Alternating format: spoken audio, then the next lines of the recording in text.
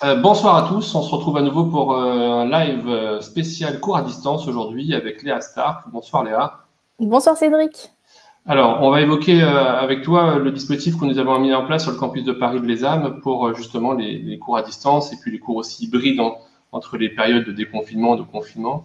On ne sait pas aujourd'hui combien de temps on va rester encore confiné. Donc, beaucoup de gens s'interrogent sur comment se passent les cours à distance. Donc, est-ce que tu peux nous expliquer un peu aujourd'hui, pour les gens confinés, comment ça se passe les cours? Alors en fait, le groupe IGS a mis en place un dispositif en s'appuyant sur Teams. Donc c'est un outil qui permet de suivre à distance les cours. Donc tous les étudiants ont accès au lien Teams via leur emploi du temps pour le cours du jour.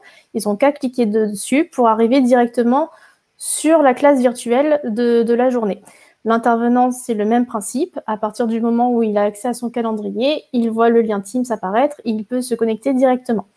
Alors, ce genre d'outils, que ce soit Teams, Zoom ou peu importe, ont toute une capacité de pouvoir faire plusieurs choses. C'est pas juste l'idée d'un intervenant qui va rester devant un écran figé avec des étudiants qui vont écouter sagement ce qu'il se passe. On peut avoir une vraie interaction avec l'intervenant qui va pouvoir projeter son écran, diffuser des vidéos, va pouvoir interagir avec les étudiants. On va pouvoir également créer des salles, des sous-groupes, par exemple. Si on veut faire des ateliers en petits groupes, l'intervenant va pouvoir passer d'une salle à l'autre et rebasculer sur une salle commune pour débriefer, par exemple.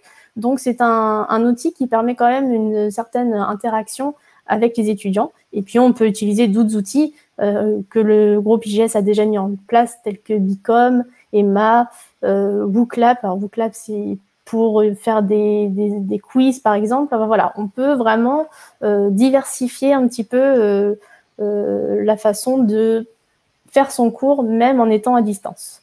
D'accord. Et au niveau évaluation, comment ça se passe pour le coup? Alors, au niveau évaluation, évidemment, on a été obligé de s'adapter un petit peu.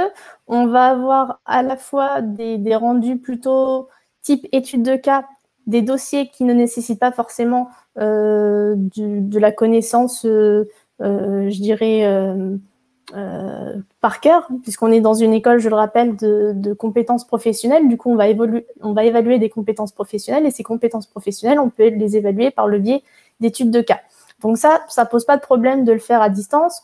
On peut même paramétrer un certain temps pour le faire et le rendre. Et pour ce qui va être des évaluations de connaissances, on peut mettre en place, par exemple, des quiz qui sont automatiquement paramétrés et qui vont pouvoir donner plusieurs questions différentes pour que les étudiants ne puissent pas échanger entre eux les réponses.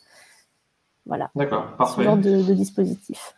Et au niveau suivi pédagogique individuel, est-ce que ça pose problème le confinement ou on arrive toujours à suivre les étudiants Alors nous, on arrive toujours à les suivre puisqu'on a déjà mis en place des groupes WhatsApp pour pouvoir communiquer plus facilement, plus rapidement avec nos étudiants. On met en place aussi des points réguliers. Bon, sur Teams, toujours, ça fonctionne plutôt bien. Donc, on a toujours des échanges avec des étudiants. Et ça n'a pas forcément changé les choses, à part qu'on ne peut pas se voir en présentiel dans nos bureaux. Mais sinon, on a toujours le lien avec nos étudiants. D'accord. Et dans la solution hybride où le campus rouvrirait entre deux, comme on a eu justement avant le confinement, comment ça se passe les cours? Est-ce qu'on est en capacité de faire du semi-présentiel, semi-distanciel? Est-ce que le campus est équipé pour ça? Alors, le campus est équipé. Les salles sont équipées de caméras qui permettent de connecter l'étudiant qui sera à distance au reste de la classe. Et c'est toujours par le biais des outils classiques de visioconférence. J'ai encore cité Teams, puisque c'est celui-ci qui s'ouvrira automatiquement dans chaque salle. L'intervenant va pouvoir ouvrir l'ordinateur principal de la salle, ouvrir Teams, et ça va allumer la caméra automatiquement. Et l'étudiant qui est chez lui, avec le même principe que quand c'était en 100% à distance, il peut accéder au lien via son emploi du temps et va pouvoir intégrer la classe comme s'il y était. D'accord, parfait. Parfait, parfait. Bon, on a fait le tour. Est-ce que tu as d'autres choses à rajouter sur la présentation du dispositif à distance? Eh bien, je voudrais juste remercier nos intervenants et nos étudiants qui, évidemment, dans ce contexte difficile, ont su s'adapter avec agilité.